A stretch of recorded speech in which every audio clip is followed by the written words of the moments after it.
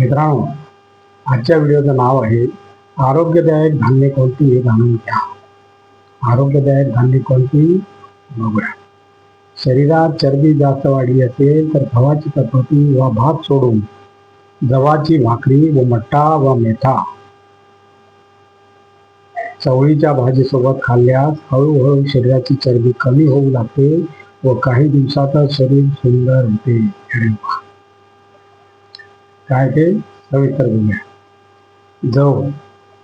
जव बार्ली वा सातू या नावाने ओळखल्या जाणाऱ्या व्हिटॅमिन ए, बी आणि ई आढळले जाते. हे शीतल, मधुर, तुरट, लघु असते.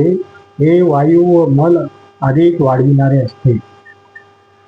शरीरात स्थैर्य उत्पन्न करते व शक्तिवर्धक असते व कफजन्य रोग दूर करणारे असते. हे युरिन कमी करते, मेद, वायू आणि तृष्णा नष्ट करते. छानच.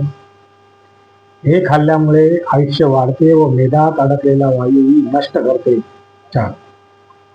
हे चटकन पचणारे आणि घशाचे व त्वचेचे विकार नष्ट करणारे असते.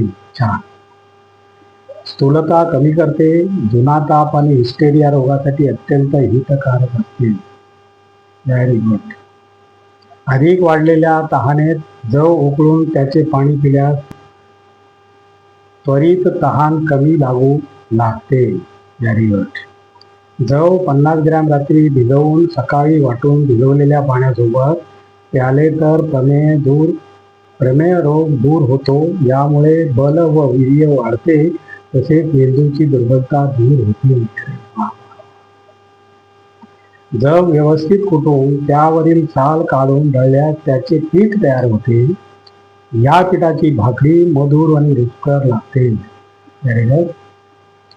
पिठात समभाग साखर मिसळून खाल्ल्यास गर्भपात थांबतो. जव, तीळ व साखर समप्रमाणात मिसळून पूर्ण करून खाल्ल्यास गर्भपात होण्याची भीती राहत नाही. छान. शरीरात चरबी जास्त वाढली असेल तर गव्हाची चपाती व भात सोडून ज्वारीची भाकरी व मठ्ठा वा मेथ्या चवळीच्या भाजीसोबत खाल्ल्यास हळूहळू शरीराची चरबी कमी होऊ लागते. Very good. व काही दिवसातच शरीर सुंदर होते. अरे वा. जव एक रात्र म्हणजे 12 तास पाण्यात भिजवून सुकवून थोडे भाजून बनविलेल्या पिठाला सत्तू असे म्हणतात. हे सत्तू थोडेसे मीठ आणि पाण्यात भिजवून खाल्ले जाते.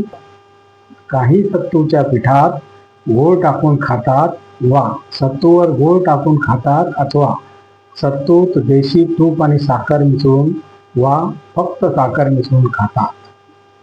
सत्तू खाल्ल्यामुळे शरीराची उष्णता शांत होते. Very good.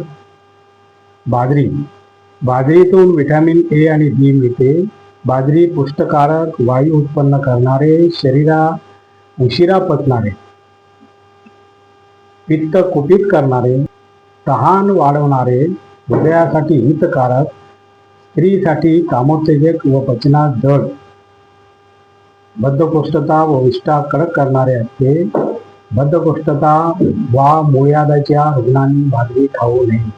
हे जास्त प्रमाणात खाणे गर्भवती स्त्रीसाठी हानिकारक असते. कफनाशक व वीर्य गरम करणारे मानले जाते. बाजरीचे वडे बाळंतिणीच्या स्तनात दूध वाढविणारे असते. Very good. तसेच नवजात बाळाला पोटदुखीचा त्रास होत नाही. Very good. मका मधुर, कटू, तुरट, अत्यंत रुक्षता आणणारा, कफ व पित्त हरवणारा, रुचिकारक, जुलाब रोखणारा व शीतल असतो. याचा हुरडा भाजून खाल्ल्यास बलकारक, वायुकारक, रुचकर, पित्त शांत करणारा असतो. Very good. भाजल्यास लाया मोठ्या होतात व खाण्यात चवदार असतात. याचे वाळलेले दाणे वाटून त्याचे पीठ बनवले जाते. याची रोटी थंडीच्या दिवसात खाल्ली जाते. ही वृक्ष उशिरा पचणारी व अधिक गॅस निर्माण करणारी असते. आणि अशा प्रकारे मित्रांनो आजचा आपला व्हिडिओ संपलेला आहे. आणि तुम्हाला जर माझा व्हिडिओ आवडला तर लाईक करा, शेअर करा, सबस्क्राईब करा आणि कमेंट जरूर करा. नमस्कार. जय हिंद.